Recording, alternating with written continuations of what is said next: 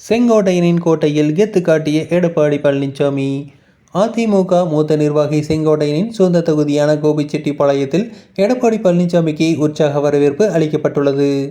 சேலத்திலிருந்து ஈரோடு வழியாக நீலகிரி சென்ற எடப்பாடி பழனிசாமிக்கு கோபிச்செட்டிப்பாளையம் பேருந்து நிலையத்தில் அக்கட்சியினர் பிரம்மாண்ட வரவேற்பை அளித்தனர்.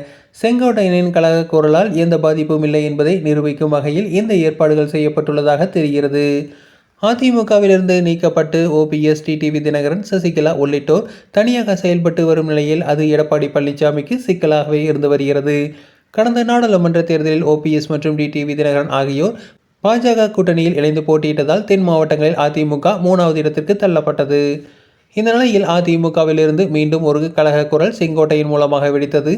கடந்த 6 மாதங்களுக்கு மேலாக செங்கோட்டையன் எடப்பாடி பழனிசாமி மீது அதிருப்தியில் இருந்து வந்த நிலையில் இந்த மாதம் முதல் வாரத்தில் அதற்கான காரணத்தை விளக்கினார். அதிமுகவை ஒன்றிணைக்க வேண்டும் என்று செங்கோட்டையன் கோரிக்கையையும் முன்வைத்தார். அதோடு மட்டுமல்லாமல் எடப்பாடி பழனிசாமிக்கு 10 நாட்கள் கெடு விதித்தார்.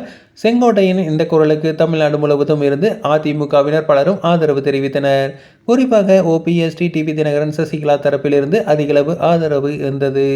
இதன் பின்னர் திடீரென டெல்லி புறப்பட்ட செங்கோட்டையன் அமித்ஷா மற்றும் நிர்மலா சீதாராமன் ஆகியோரை சந்தித்துவிட்டு வந்தார்.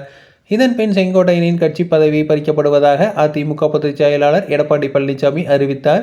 தொடர்ந்து செங்கோட்டையனின் நடவடிக்கைகளுக்கு ஆதரவாக அவரின் ஆதரவாளர்களும் பதவியை ராஜினாமா செய்தனர். இதனால் ஈரோடு மாவட்ட அதிமுகவில் சிக்கல் எழுந்துள்ளதாக பார்க்கப்பட்டது. இந்த நிலையில் மக்களை காப்போம், தமிழகத்தை மீட்போம் சுற்றுப்பயணத்திற்காக சேலத்திலிருந்து எடப்பாடி பழனிசாமி நீலகிரி புறப்பட்டார். ஈரோடு வழியாக சென்றபோது எடப்பாடி பழனிசாமிக்கு பிரம்மாண்ட வரவேற்பு அளிக்கப்பட்டது.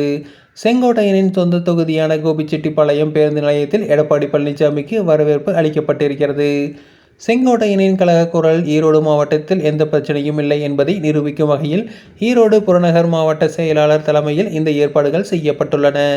செங்கோட்டையன் தற்போது அமைதி காத்து வரும் சூழலில் அவரின் அடுத்த கட்ட திட்டம் என்னவாக இருக்கும் என்று கேள்விகள் எழுந்துள்ளது.